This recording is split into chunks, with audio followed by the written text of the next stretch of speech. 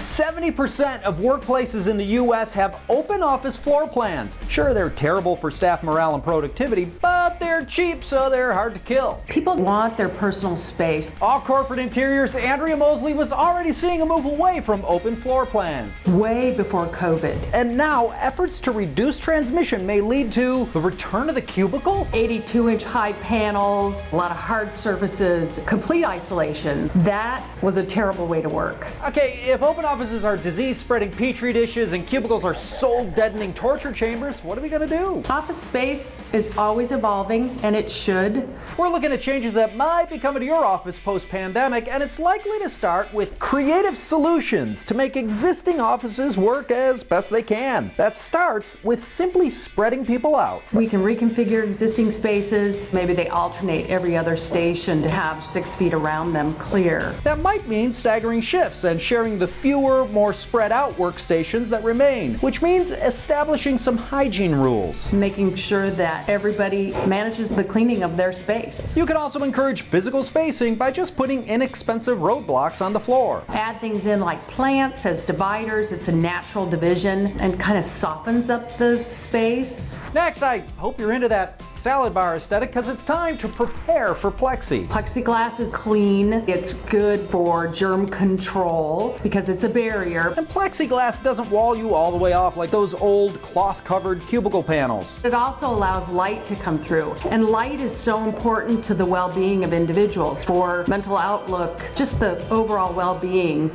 Also, in the short term, look for modular barriers and cleanable surfaces.